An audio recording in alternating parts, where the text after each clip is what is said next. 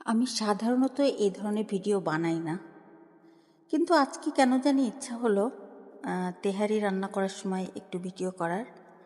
আমি তেহারিটা পুরো সরিষার তেল দিয়েই রান্না করেছি এবং স্বল্প উপকরণে, যেটা কিন্তু আমরা এই রোজার সময় যদি ইফতারে একটু ভিন্নতা আনতে সবাই চাই, তো সেই ক্ষেত্রে কম খরচে কিভাবে করা যায় সেটা একটু দেখানোর চেষ্টা করেছি। যারা খেয়েছে সবাই বলেছে যে তেহারিটা অনেক মজা হয়েছে। আপনারাও একবার চেষ্টা করতে পারেন এই স্বল্প উপকরণ দ্বারা এই রেসিপিটা ফলো করতে। এখানে আমি এই যে রাঁধুনি মশলাটা ইউজ করেছি, তেহারি মশলাটা, কারণ রোজার সময় আসলে খুব কঠিন হয়ে পড়ে মানে নিজেই করাটা। আর আমি টক দইটা ইউজ করি না, আমি গুঁড়া দুধের সঙ্গে লেবুটা মিক্সড করে দেই। টক দই আমি কখনোই ইউজ করি না। অ্যাকচুয়ালি আমি পরিমাণটা ঠিক বুঝতে পারি না টক দইয়ের, যার কারণে আমি এটাই করি।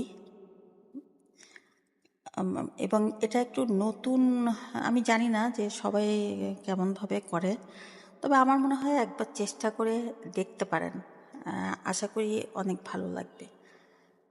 আমি চালটা কিন্তু ভেজে নিইনি, জাস্ট 5 মিনিট ভিজিয়ে রেখেছিলাম। তারপরে হচ্ছে আমি তেহারির যে মাংসগুলো উঠানোর পরে যে মশলাটা ছিল ওইটার মধ্যেই কিন্তু আমি চালটা ভেজে নিয়েছি। এটাই এক্সট্রা কোনো তেল দেইনি, ঘি দেইনি, কিছুই দেইনি, জাস্ট সরিষার তেল।